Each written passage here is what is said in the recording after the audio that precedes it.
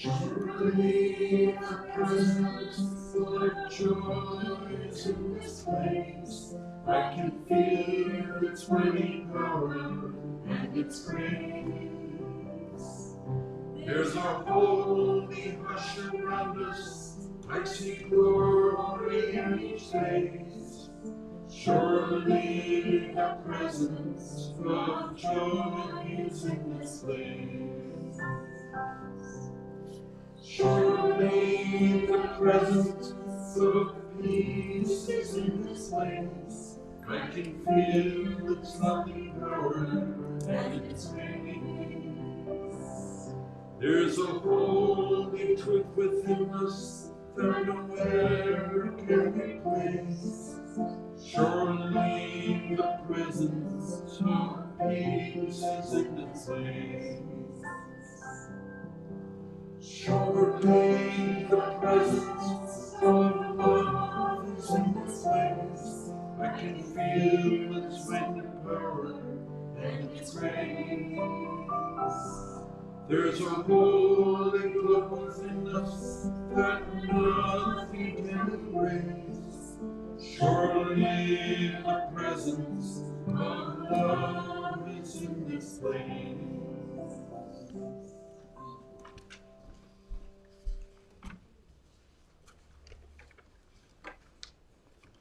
The presence of joy and peace and love truly is in this place. But the key is being aware of it. Awareness is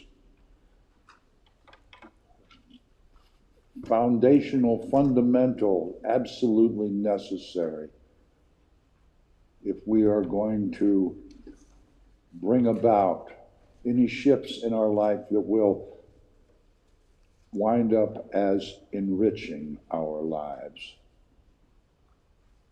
Otherwise, it's the same old story over and over and over and over again. But we are so fortunate that we can come to this place and just sit here.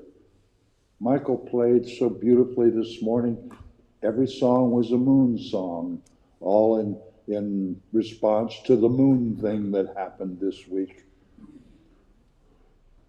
And just being aware of what's going on with the person next to you in the pew. Being aware of the music, being aware of the joy and the peace and the love that is in this place. It's totally awesome, to coin a phrase. And so it is.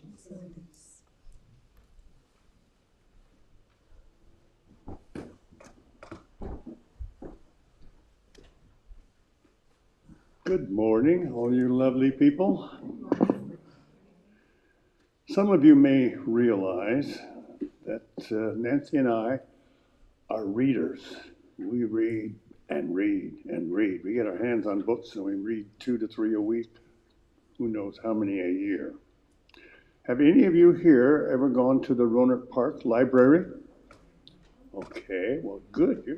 You're the smart ones then. We go there a lot. I went there, in fact, a couple days ago, and I wanted to find a few books to have available. I usually have one at the kitchen table, one in the bathroom, one by my bedroom, and one maybe by my front room easy chair. But when I went to the library a couple days ago, I had limited time, so I just went to the new book area, and nothing grabbed my attention. So I went over to the bookstore area, and right out in front of it, they have a whole bunch of discarded library books. And I found 3 from authors that I've enjoyed before. So I got those and went to pay for them. And it cost me a whole $3. Wow. 3 hardcover books for $3. What a bargain. I considered that to be a grand bargain. But then as I walked out through the vestibule before leaving the library, I heard this raucous sound in that room just before you go out of the library in Roanoke Park. And it was loaded with children, and it looked like a few mommies were there too. And they were just having a grand time listening to a story being told by a volunteer or a library worker. What a great investment our community has made to create that library. It's a wonderful structure, especially when you compare it to what it used to be over there on Hunter Avenue, I think it was. It was a dirty, dungy, dark dungeon sort of library. So it is a marvelous investment. Great use of our tax money. I mentioned taxes because this is kind of a special week. Anyone know what tomorrow's date is? Everyone probably does, April 15th. So is that most everybody's general reaction? Tax day, oh, dang. Well, we have to file our tax returns by that date or get an extension. It's appropriate for us, I think, to give thanks for the system of taxation in this country. Nobody likes to pay taxes. Oh, yeah? Well, you're looking at maybe the only person around who really appreciates the fact that I get to pay taxes. Of course, I used to collect them as my main source of income back in the good old days, but even so, I find it very refreshing to be able to afford to pay the amount of taxes that I'm paying. And I'm probably paying more, or at least as much as most everyone in here. And you know what? It's a blessing. I give thanks. Instead of bemoaning the fact that I have to pay taxes, I give thanks that I have the ability to pay the tax and that I make enough to be taxed. That's really a wonderful idea when you think about it. We tend to take all the blessings that come from taxation for granted. The cars we drive are made by people who earn a living, who also pay taxes. The roads we drive on, the federal buildings, the government, the repair of bridges that get knocked down by ships in the Baltimore Harbor, all of that is being paid for by taxes. Without it, we'd really be hurting. So, Oliver Wendell Holmes is quoted as saying, "Taxes are what we pay for a civilized society." It's nice to be civilized. Don't you agree, Michael? I thought so. I first saw that quote above the main entrance to the IRS headquarters building in Washington, D.C. when I first arrived there in 1967 to begin a 3-year tour of duty in that building. I believed that statement then, and I still believe it today. So, thank God for taxes. There's something new for you to think about, and for my ability to pay them, for the benefit of all. That last part should sound a little familiar to you. Patrick uses that a lot from the pulpit when he's talking about for the greater good. That's what taxes are for, the greater good. And they're even quoted in the Bible. I remember this from way back when. Give unto Caesar that which belongs to Caesar, and give unto God that which belongs to God. So it's been recognized for centuries, whether we recognize it or not. So, believe it or not, I gleefully pay part of my treasure to pay my federal, state, and local taxes, and my monthly tithe to this tiny but mighty church. That way I am guaranteed that I'm contributing as best I can to all the communities of which I am a part. Now I just have to make sure that I'm honoring the pledge I took when I accepted membership here at Church of the Oaks, which is to offer enough of my time, talent, and thoughts to those same communities. Namaste.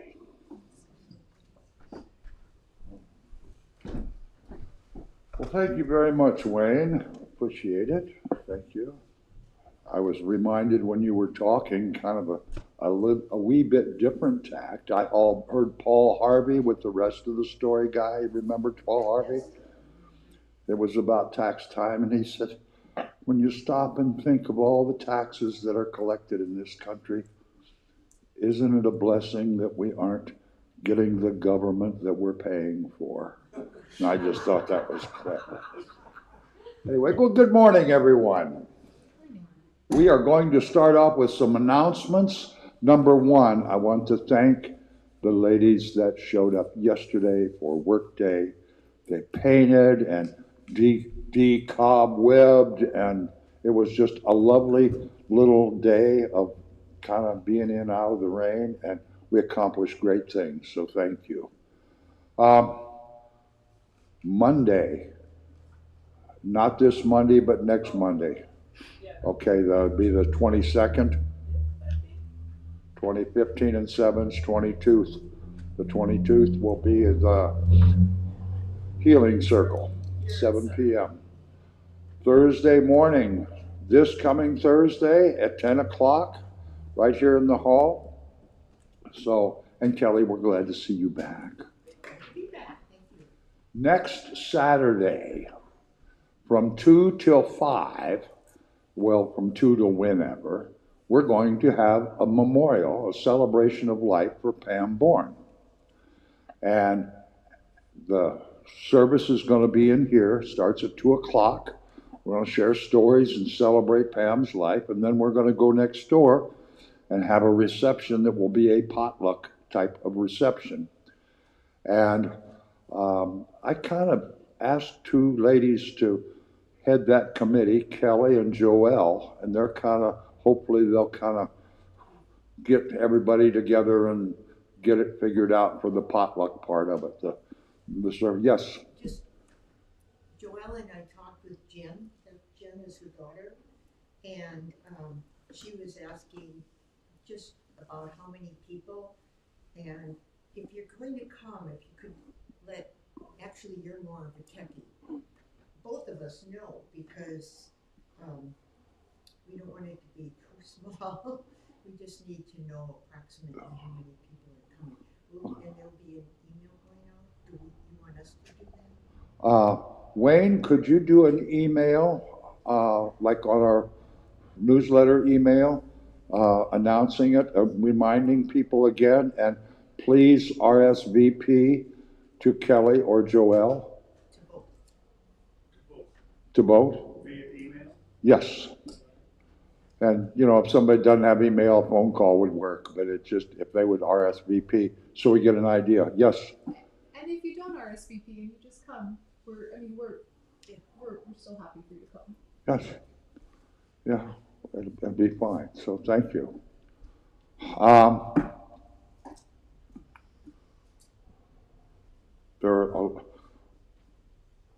That's next Saturday, Pam's Memorial.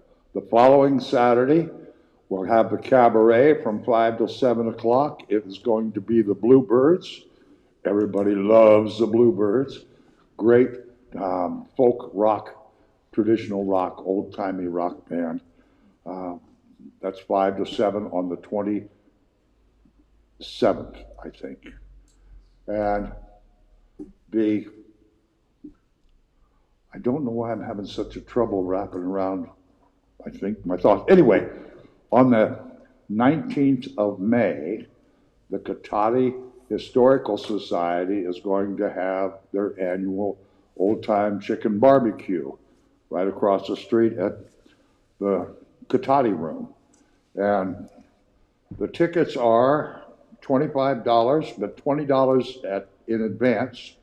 And you can get advanced tickets at Exchange Bank, the Cotati Museum, the Chamber of Commerce, and from Cotati Historical Society board members, or at their website, cotatimuseum.org. And it's a great thing. They have a band. You get a half a chicken and baked beans and stuff that goes with chicken, and they have a bake sale that is really, really good.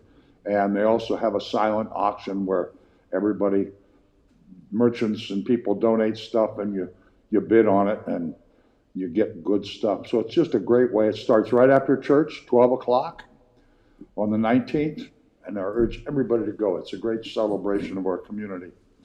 Are there any other announcements that anybody might have? Oh, want to remind everybody, when you shop at Oliver's or a couple other places, that you get, what's it called, eScript. And they kick back to the church, what, 3% or 5%? 3% of what you spend. And I was noticing last month it was, what, $37 we got? And that's better than a poke in the eye. So. And on Wednesdays, they give a 10% senior discount if you're so lucky to be in that category. Yes. Yes, I would qualify for that. Several of us would qualify for the senior discount. So, any other announcements? Well then, let's stand up and sing a song. I've got that joy, joy, joy down in my heart. I've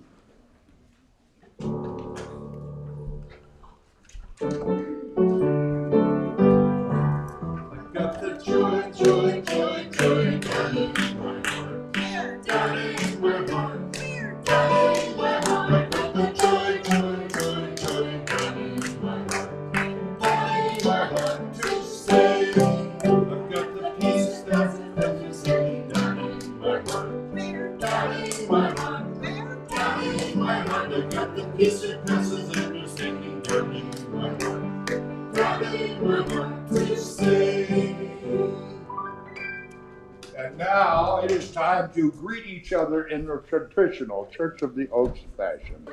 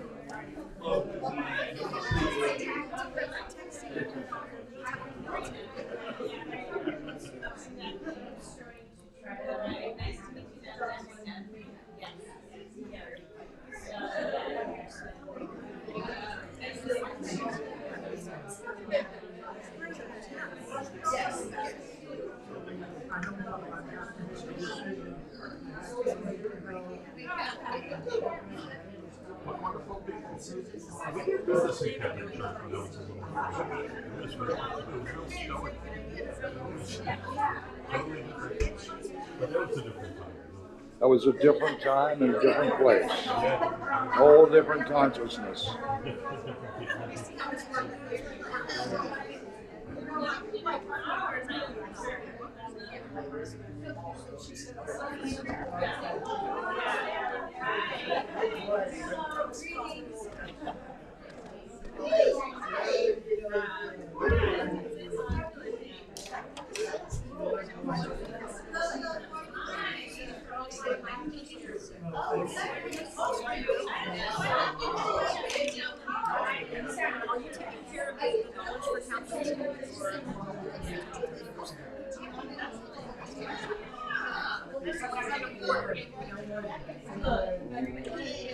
Welcome back, you all.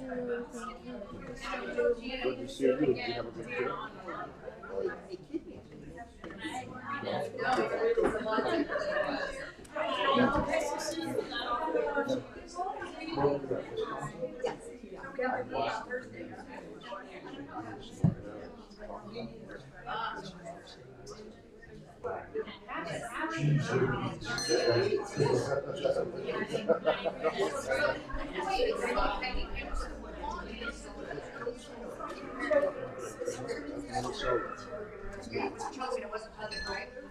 The bubblers, yes. Oh, hi. Thank you. Oh, good morning, good to see you. Thank you. Oh.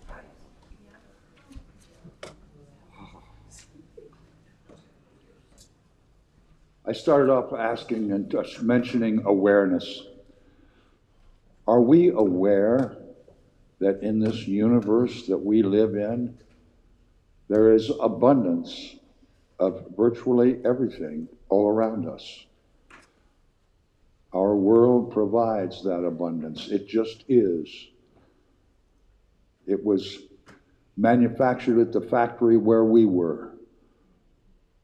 And all we have to do is be aware of it and tune into it. You can't go out and get some.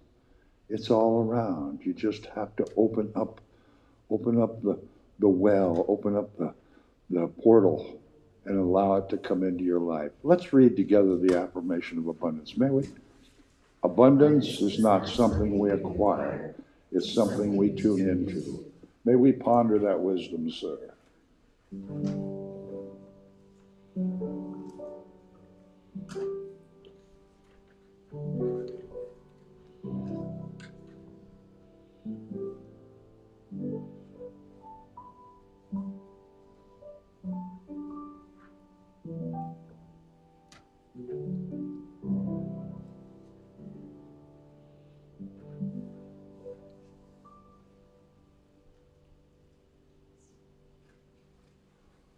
We normally have a meditation or a practice, but today I'm going to include that in our message.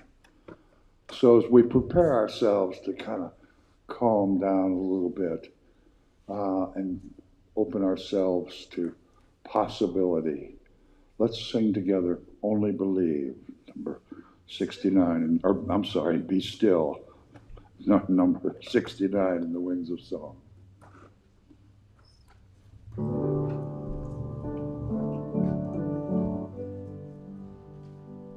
Be still and know that I am God.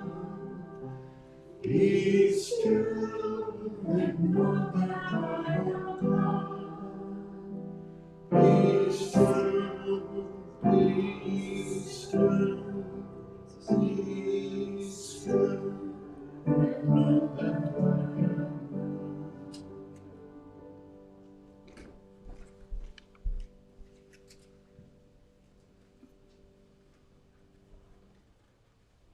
I think all of us wish that we could manifest more of the divine, more of the really good stuff into our lives. And I think it's kind of, for most of us, it's a bit of a challenge. And I think the reason for that is that 90% of the thoughts that we have every day, we've had before. Most of the time, lots of times before. And that only about 8 to 10% of our thoughts in a 24-hour period of time are new and creative. Today, I'd like to do something that the indigenous people throughout the world have been doing for thousands of years. And they've done this just because they knew it was the thing to do. And today, there are scientific data that actually prove some of these things that people that couldn't read and write have been doing for 10,000 years. And that's this thing that I've talked about before. It's called heart-brain coherence. I think it was 1991, there was a scientist, a doctor, who discovered that in the top part of our hearts, next to our valves and the controls for those valves, are 40,000 neurons. 40,000 senders that send information to our brains.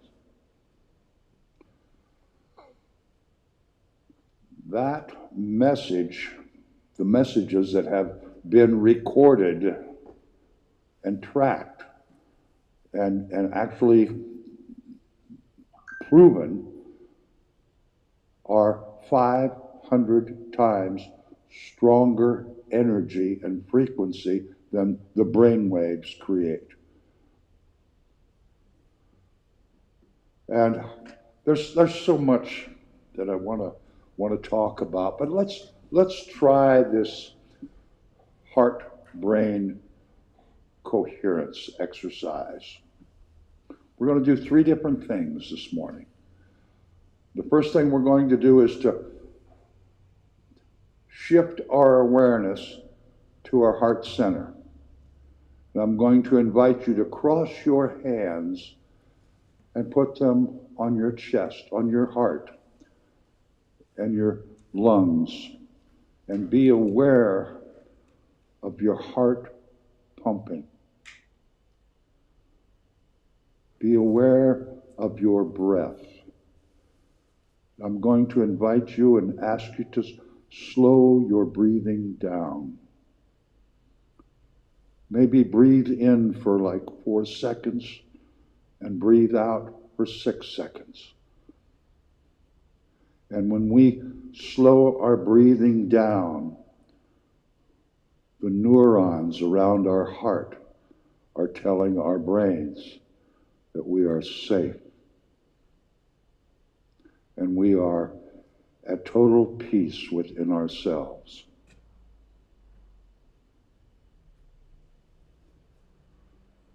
Breathe in. Breathe out. Breathe in. Breathe out. And if you can maintain that comfortable, slow, deliberate breathing, the next thing I'm going to ask you to do is to think of someone you care about deeply. And maybe it's your pet. But think of someone or something that you care about deeply. And just hold that person or thing in your awareness.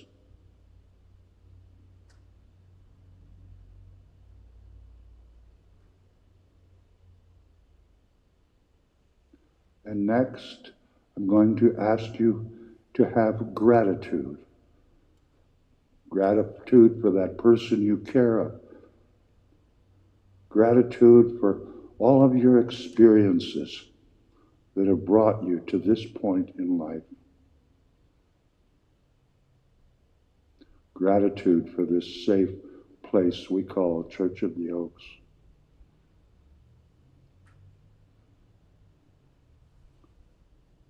Whatever in your life you are thankful for, ponder that.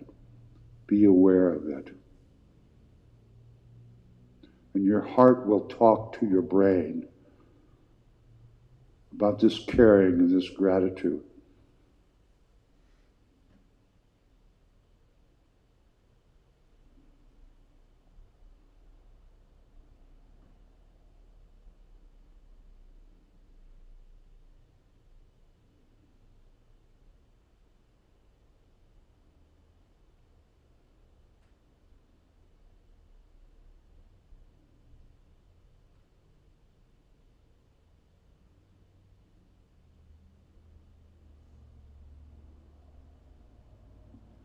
As your heart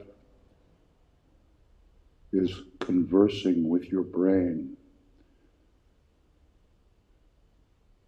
you are sending a message that is of a very special frequency. And that frequency is part of the secret frequency of the universe.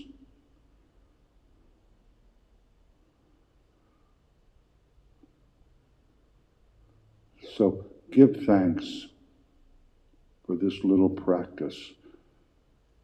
Give thanks for all in your life that makes life worth living. And just relax. Move your hands back to your lap or by your side.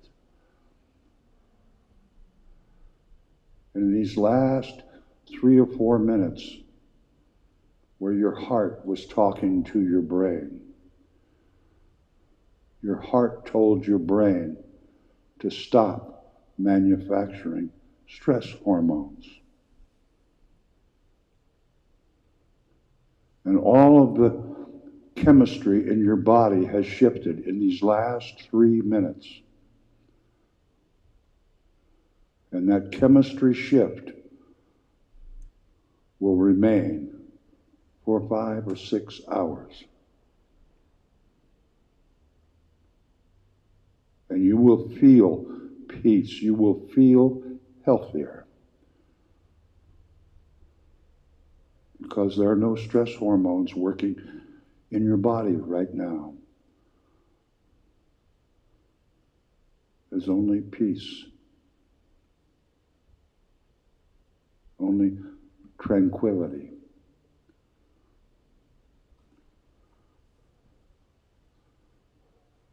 You know, this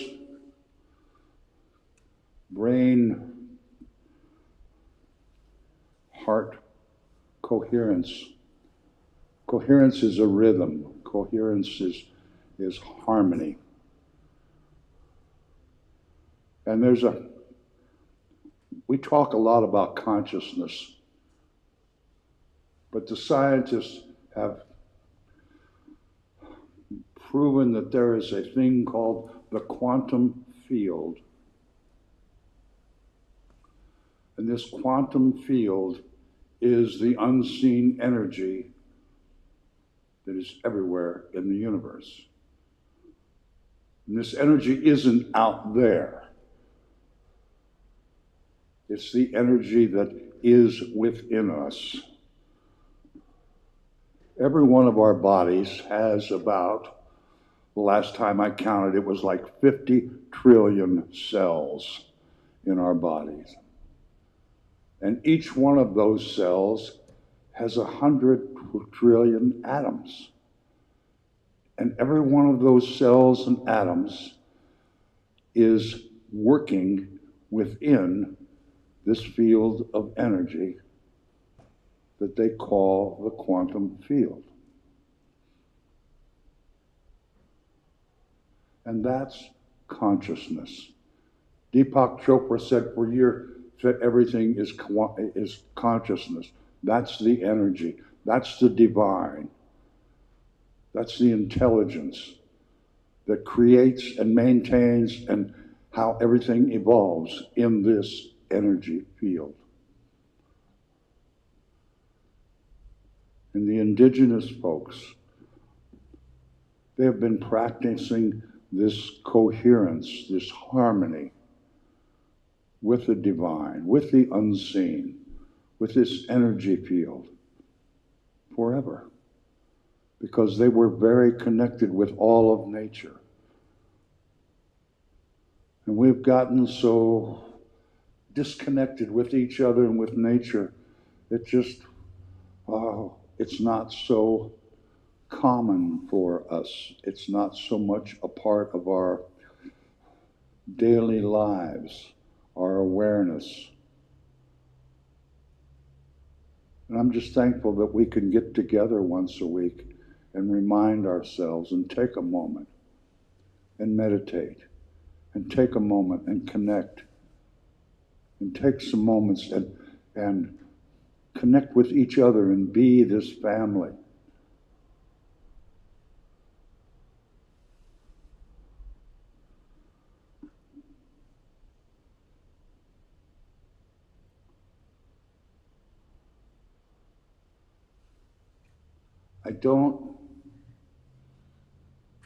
I don't know how our world is going to continue. I don't know. But I do know that this thing called consciousness, when we practice this little exercise we did this morning, this heart-brain coherence, that changes our consciousness. And when the chemistry inside of us and the harmony inside of us changes, that changes the overall consciousness. That changes the energy level in this quantum field, the global consciousness. I think this is the most, exciting thing. I read Greg Braden's book, the Divine Matrix 15 years ago, and when people join the church, we give books, and that's often the book that we give. And there's a group called Heart Math. It's the Institute of Heart Math. And if you just go to heartmath.org, it's an amazing organization. And they're having a conference on the 17th, 18th, and 19th of May down at, where do they have the boardwalk? Santa Cruz, yes. And it's going to be online as well. And I really want to watch that, because they've got like 9 speakers that are going to be part of this conference. And I don't go to many conferences. We got into the New Thought Network once, and we went to Texas, and we've done a lot of things. But this is very, very interesting. It's finally starting to scientifically prove some of the practices that we've been practicing and talking about in this thing called spirituality that we teach. And to me, it's the most exciting thing that I've learned in the last 5 years. And maybe you can look it up online and see what you think. Each one of us has the ability to think and feel and do. And when we can be in harmony with our heart and our brain and the universe, we have the ability to create in a way that we wouldn't without this harmony, without this peace, without this coherence. As we go through life on a normal daily basis and go here and got to be here and got to do this, we don't have coherence. We have perhaps incoherence, not harmony. We're separated. We're all shook up. But when we can, once or twice a day, go through this exercise and change that chemistry in our bodies, give our consciousness a chance to be in harmony with nature, with global consciousness, with this field of energy. I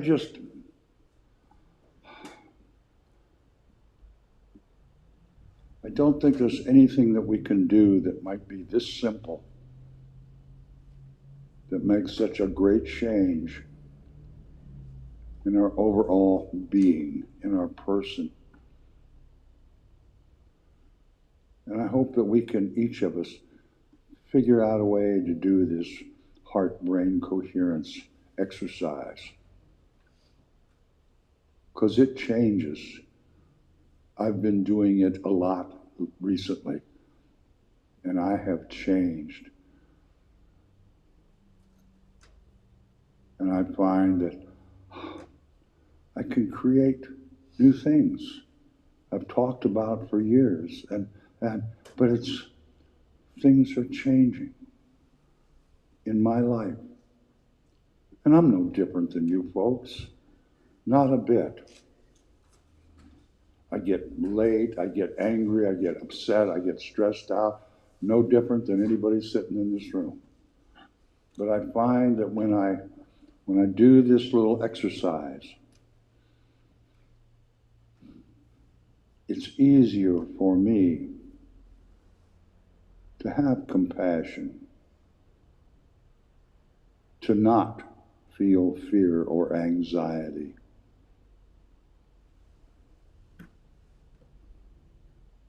It's easier for me to accept and love my own self.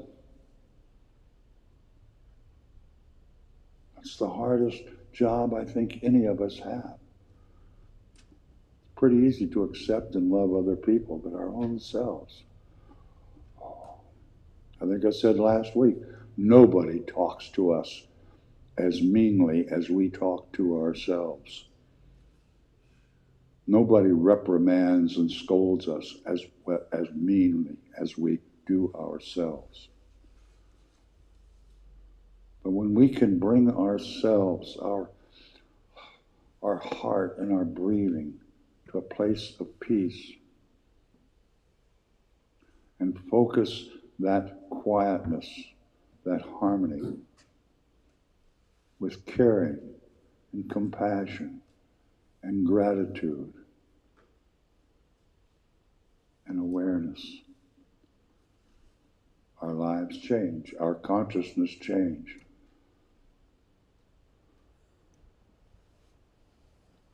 Our blood pressure drops.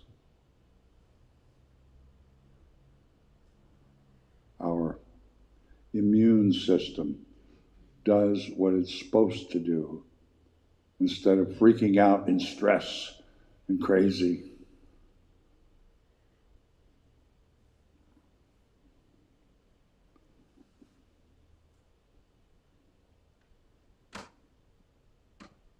That's all I'm going to say today. I invite each of you to go to HeartMath, M-A-T-H, heartmath.org, and check it out.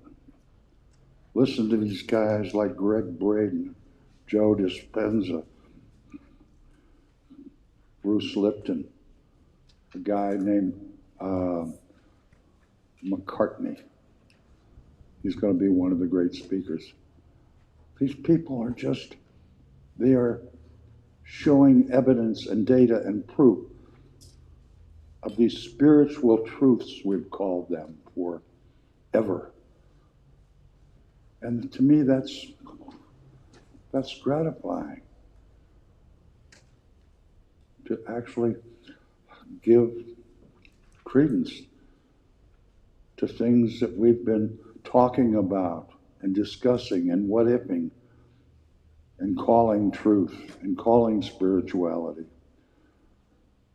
It is all tied together. The unseen and the seen are tied together. Always have been, always will be. It's up to us to be aware of it and use it to enrich our lives, to create the relationships that we want to create, to be able to manage our feelings,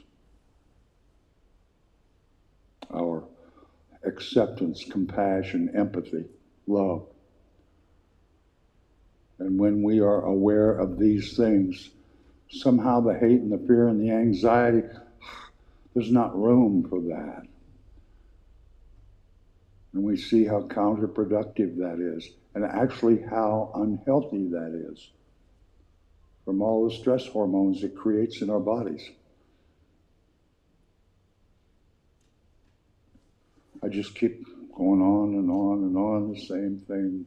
Wayne's back there shaking his head. Okay, you've told us once, twice, 3, 4 times, same thing. Let's sing together, Life is for Living.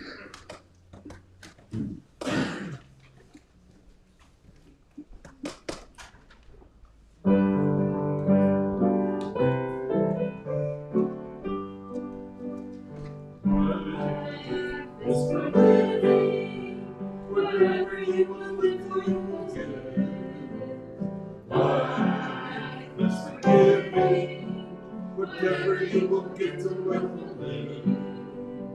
life is for doing, for living, giving, doing, learning how.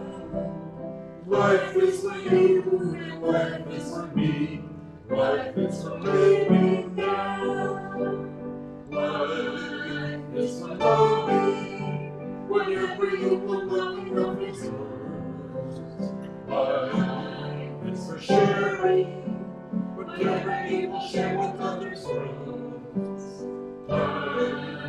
is for me. For the love you carried me where you go. Life is for you, life is for me. Life is for living now. Life is for living now. Now when you stand and sing a little bit of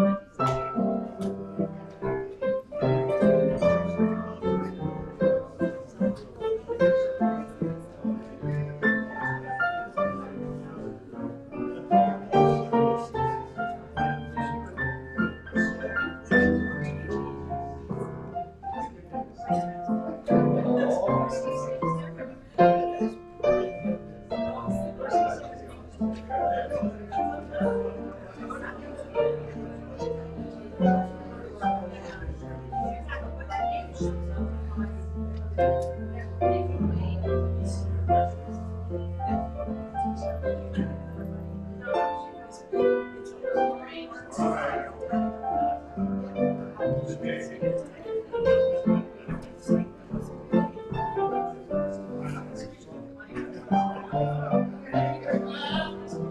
Tuesday the 30th at noon.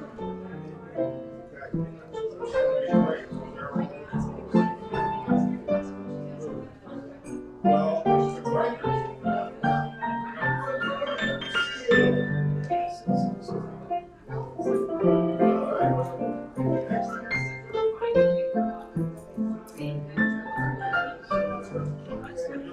All right.